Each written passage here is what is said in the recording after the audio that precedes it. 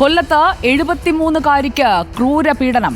ക്രൂരമായ ലൈംഗിക പീഡനമാണ് 73-കാരി നേരിട്ടതെന്നാണ് അന്വേഷണ ഉദ്യോഗസ്ഥൻ പറഞ്ഞത്. നിവർന്നു നിൽക്കാൻ പോലും ശേഷിയില്ലാത്ത വയോധികയാണ് പീഡിപ്പിച്ചത്. വയോധികയെ ക്രൂരമായി മർദ്ദിച്ചുവെന്നും കൊല്ലം വെസ്റ്റ് സിഐ ഫയാസ് പറഞ്ഞു. കേസിൽ തങ്കശ്ശേരി സ്വദേശി ജോസഫിനെ പോലീസ് അറസ്റ്റ് ചെയ്തിരുന്നു.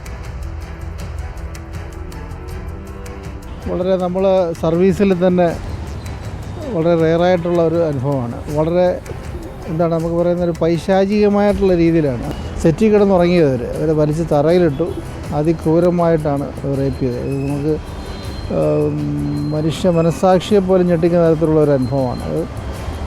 അത് എങ്ങനെയായാലും നമുക്ക് ഉൾക്കൊള്ളാൻ പറ്റാത്തൊരു അനുഭവമായിരുന്നു. പെട്ടെന്ന് തന്നെ അവർ ഹോസ്പിറ്റലിൽ പോയി. ഹോസ്പിറ്റലിൽ നിന്ന് നമ്മൾ ഏകദേശം രാവിലെ ആയപ്പോൾ തന്നെ നമ്മൾ അറിയുകയും ഉടൻ തന്നെ അവനെ പ്രതിയെ തിരിച്ചറിയുന്നതിലേക്ക് അമ്മ തന്നെ അവനെ അറിയാവുന്നതുകൊണ്ട് അവൻ്റെ ഇൻഫർമേഷൻ നമുക്ക് പാസ് ചെയ്യുകയും നമ്മൾ അവനെ കണ്ടെത്തുകയായിരുന്നു.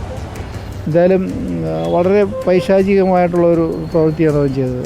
ജില്ലാ ഹോസ്പിറ്റലിൽ നിന്നും അവർ മറ്റു ഹോസ്പിറ്റലിലേക്ക് റെഫർ ചെയ്ത് അവർ ചികിത്സ തേടിയിരിക്കുകയാണ്. ഇപ്പോഴും ശാരീരികമായിട്ട് വളരെ അവശതയിലാണ്.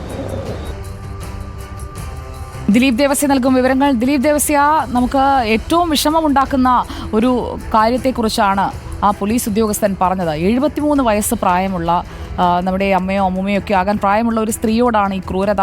എന്താണ് ഇയാൾ ഇങ്ങനെ ഒരു ക്രൂരതയിലേക്ക് പോയത്? ഇങ്ങനെയുള്ള ഒരു ഹാബിച്വൽ ഒഫൻഡർ ആണോ? എന്താണ് ഈ സംഭവത്തിൽ നമുക്ക് കിട്ടുന്ന വിവരങ്ങൾ? സുജിയ, 18 വർഷത്തെ സർവീസുള്ള ഒരു പോലീസ് ഉദ്യോഗസ്ഥൻ്റെ വാക്കുകളാണ് ഇപ്പോൾ കേട്ടത്. അതായത് മനുഷ്യ മനസാക്ഷിയെ ഞെട്ടിക്കുന്ന തരത്തിലുള്ള ഒരു സംഭവം. 73 വയസ്സുകാരിക്ക് സ്വസ്ഥമായി ഉറങ്ങാൻ പറ്റില്ലയോ എന്നുള്ളൊരു ചോദ്യം ഇതിൽ പ്രസക്തമാണ്. കാരണം ഒരു വീട്ടിൽ ഒറ്റയ്ക്ക് താമസിക്കുന്ന ഒരു വീട്ടമ്മ അല്ലെങ്കിൽ 73 വയസ്സുകാരിയാണ് ലൈംഗികമായി ഇത്രമേൽ ക്രൂരമായി ഇദ്ദേഹം പീഡിപ്പിച്ചിരുന്നത്. ജോസഫാണ് അറസ്റ്റിലായത്. തങ്കശ്ശേരി സ്വദേശിയായ ജോസഫാണ് ഈ കേസിൽ അറസ്റ്റിലായത്.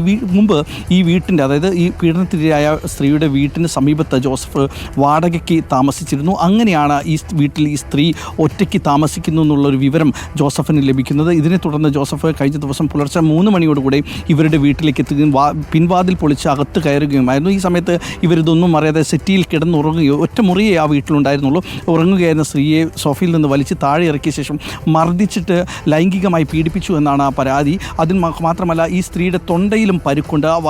ബഹളം വയ്ക്കാൻ ശ്രമിച്ചപ്പോൾ ജോസഫിൻ്റെ കൈ വായിലോട്ട് കയറ്റി വെച്ചതിൻ്റെ പരിക്കുകളാണ് അതെന്ന് പറയുന്നത്. അവശതയോടെ നിൽക്കുന്ന സ്ത്രീയാണ്. സ്ത്രീക്ക് നിവർന്ന് നിൽക്കാൻ പോലും സാധിക്കാത്ത ഒരു 73 വയസ്സുകാരിയാണ് 33 വയസ്സുള്ള ജോസഫ് ലൈംഗികമായി പീഡിപ്പിച്ചത്. ഇദ്ദേഹം ലഹരി കേസിൽ മുമ്പ് ജയിൽ ശിക്ഷ അനുഭവിച്ചിട്ടുണ്ട്. ഇറങ്ങി വന്നതിന് ശേഷം 4 മാസമായിട്ടുള്ളൂ. അതിനുശേഷമാണ് ഇത്രയും വലിയൊരു ക്രൂരത ഒരു വീട്ടമ്മ, നേരത്തെ സൂചിപ്പിച്ച ഒരു അമ്മയാകാം അമ്മൂമ്മയാകാം, ഈ പ്രായമുള്ള ഒരു അമ്മയോട് തന്നെ പോലീസ് പിടികൂടുകയും ചെയ്തു. അതിന് നിർണായകമായ വിവരങ്ങൾ നൽകിയതും ഈ അമ്മ തന്നെയാണ്. അമ്മ പറയുന്നുണ്ട്, ആ മകൻ എന്നാണ് ഈ ഉദ്യോഗസ്ഥനോട് പറഞ്ഞത്. ആ മകൻ എൻ്റെ വീടിൻ്റെ അടുത്ത് വാടകയ്ക്ക് താമസിച്ചിരുന്ന കുട്ടിയായിരുന്നു. അവനെ എനിക്ക് വ്യക്തമായി പരിചയമുണ്ട്. ഇദ്ദേഹം ശക്തികുളങ്ങരയിൽ ഒരു ബോട്ടിൽ മീൻ വാരുന്ന തൊഴിലാണ്.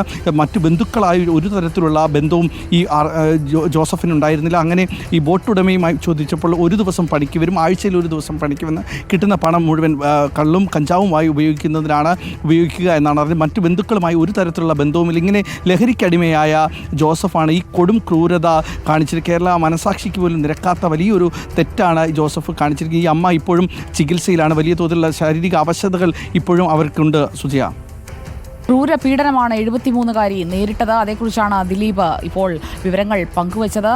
തൊട്ടടുത്ത് താമസിച്ചിരുന്ന ഒരു ചെറുപ്പക്കാരൻ, അയാൾ ഇങ്ങനെ ഒരു ക്രൂരത ആ സ്ത്രീയോട് കാട്ടുമെന്ന് അവരൊരു സ്വപ്നത്തെ പോലും വിചാരിച്ചിട്ടുണ്ടാവില്ല. ഇതൊക്കെയാണ് നമ്മുടെ നാട്ടിൽ നടക്കുന്നത്. നമ്മൾ ലജ്ജിക്കേണ്ട സംഭവങ്ങളാണ് ഇതൊക്കെ. ഇങ്ങനെയുള്ളതൊക്കെ ഇനിയും കാണാതിരിക്കട്ടെ എന്ന് മാത്രമാണ് പറയാൻ കഴിയുക.